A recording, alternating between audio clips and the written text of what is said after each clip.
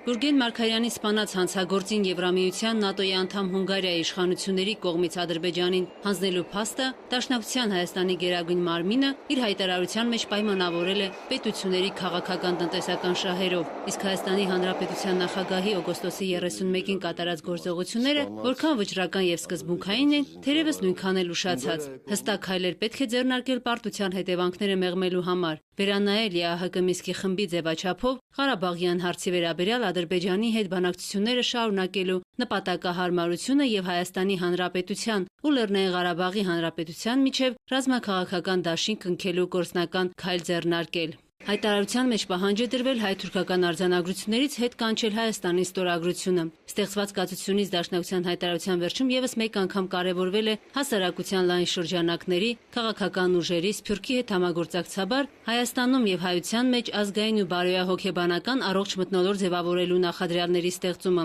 ինչը Դաշնակցության ներկայացուցիչների կարծիքով հնարավորություն կտա տարածաշրջանում եւ աշխարհում մեծացնել մեր պետականության կշիռն ու ազդեցությունը։